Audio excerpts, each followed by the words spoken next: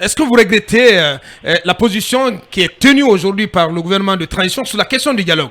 On vous rappelait tantôt ces déclarations qui ont été faites par le ministre Ousmane Gawal Diallo en présence du ministre secrétaire général de la présidence et du ministre Moui Kondé, et une position qu'il a réaffirmée hier dans cette même émission. Il est tranchant sur la question. Le dialogue est derrière nous. Plus question en tout cas, d'ouvrir une autre session du dialogue ailleurs, en tout cas délocalisée, comme cela a été évoqué dans un communiqué de la CEDEAO. Est-ce que vous regrettez cette prise de position du gouvernement sur la question du dialogue?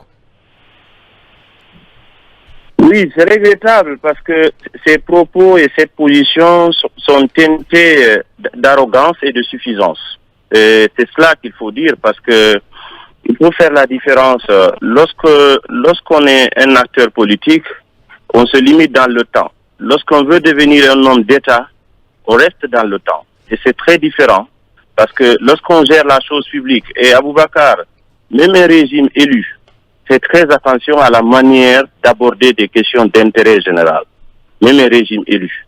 Vous avez vu dans des pays où, quand le pays est en difficulté, dans des situations où le pays est en difficulté, le président ou les autorités décident de parler avec tout le monde, avec la même attention, la même écoute, parce que c'est un pays qui appartient à tous. On n'est pas forcément obligé de dire qu'on se mettra autour de la table qu'avec ceux qui sont d'accord avec ce que nous faisons.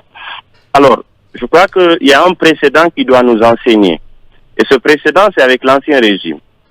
Ceux qui disaient récemment, il y a quelques années de cela, ce n'est même pas lointain, et j'avais conseillé de tirer les enseignements de l'histoire. Malheureusement, cela ne se fait pas, on dirait.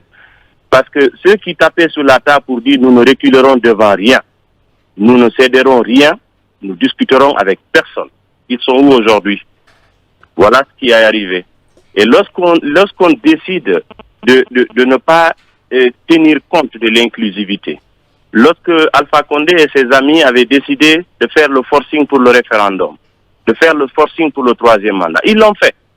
Ils l'ont fait, mais après, ça a donné quel résultat? Ça leur a rapporté quoi? Ceux qui empêchaient les gens de sortir, d'aller se soigner, aujourd'hui, c'est eux qui ont des problèmes pour quitter le pays pour aller se soigner. Ceux qui contraignaient les gens à l'exil ou qui les mettaient en prison, aujourd'hui, c'est eux qui sont en prison ou qui sont en exil. Vous pensez que quelqu'un peut empêcher cette roue de l'histoire de tourner? Non. C'est pourquoi il ne faut jamais soutenir l'injustice, quelle que soit la personne sur laquelle elle se commet, ou quelles que soient les circonstances. Même si c'est votre pire ennemi, lorsqu'il est victime d'injustice, vous devez le soutenir. Parce que ça peut vous se retourner contre vous. Oui. On ne gère pas un pays avec de la suffisance, on ne gère pas un pays avec de l'arrogance. Parce que vous sentez maintenant de l'arrogance, de la suffisance, comme si vous êtes élu. Même si vous êtes élu, ce n'est pas de cette façon que vous devez vous comporter. Encore moins, vous n'êtes pas élu. Une transition militaire, elle n'est pas issue de la volonté de la population. Elle n'est pas le choix des gens. Et lorsque vous êtes là, quels sont les indicateurs que vous avez que vos actions sont déjà... il y a une adhésion à vos actions. Vous n'en avez pas. En dehors de ce que les courtisans vous disent dans vos bureaux, que tout le monde est d'accord avec vous, mais comment vous l'évaluez? Vous n'avez pas un élu maire, vous n'avez pas un député, vous n'avez pas un président. Vous ne pouvez pas le savoir. Parce que Aboubacar, il y a un certain nombre d'erreurs qui ont été commises dans les approches. La première, elle est essentielle. Il y a une fixation sur les personnes des leaders politiques. Alors qu'on ne se rend pas compte que derrière chaque leader politique, il y a une frange de la population qui s'y retrouve. Oui. Lorsque vous dites que vous vous en foutez de ce que tel et tel peut penser, ça veut dire que tous ceux qui se reconnaissent en lui se sentent automatiquement exclus du processus. Et c'est très grave, parce que derrière, vous faites la transition pour qui? Pour ces populations-là. On peut vouloir éliminer Cellou Dalein, on peut vouloir éliminer Sidia Touré, on peut vouloir éliminer Aliouba, on peut vouloir éliminer je ne sais pas qui d'autre.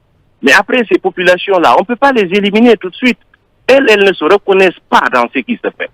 Et là, ça crée un problème, parce que ceux-là, ils auront un mot à dire, parce que c'est de la démocratie, il s'agit.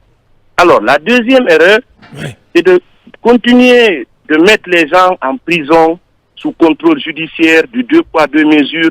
Nous avons des crimes pour lesquels nous avons constitué des dossiers depuis l'ancien régime, et ce sont ces crimes et l'instrumentalisation de la justice qui ont justifié le coup d'État du 5 septembre 2021.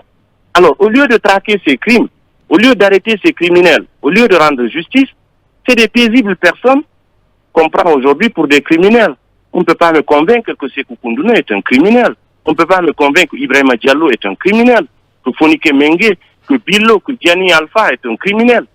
Alors, comment se fait-il que nous continuons à répéter cette histoire douloureuse de notre pays où chaque fois, c'est des problèmes interpersonnels parce que quelqu'un a eu une petite parcelle de pouvoir, il pense qu'il devient tout de suite le remplaçant de Dieu sur terre, c'est lui qui doit dicter comment respirer, c'est lui qui doit vous dicter où vous devez aller, c'est lui qui va vous mettre en prison comme ça lui convient.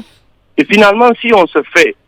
J'ai fait beaucoup de recherches sur l'histoire de la Guinée, et surtout récemment. Oui. La plupart des crimes d'État qui ont été commis en Guinée, c'est des crimes à caractère interpersonnel.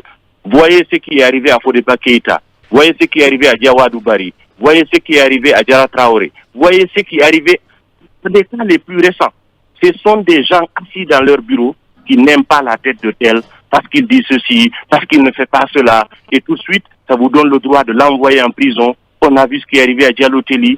Mais on va continuer comme ça avec notre pays. Ceux-là, ils sont là pour un temps. Dans un moment, ils vont quitter. Mais qu'est-ce qui adviendra d'eux? Ceux qui vont venir, c'est comme ça, ils vont les traiter aussi. Il faudrait bien qu'on fasse attention. Ouais. Il faudrait qu'on fasse attention. Ça ne doit pas continuer comme ça. Ouais.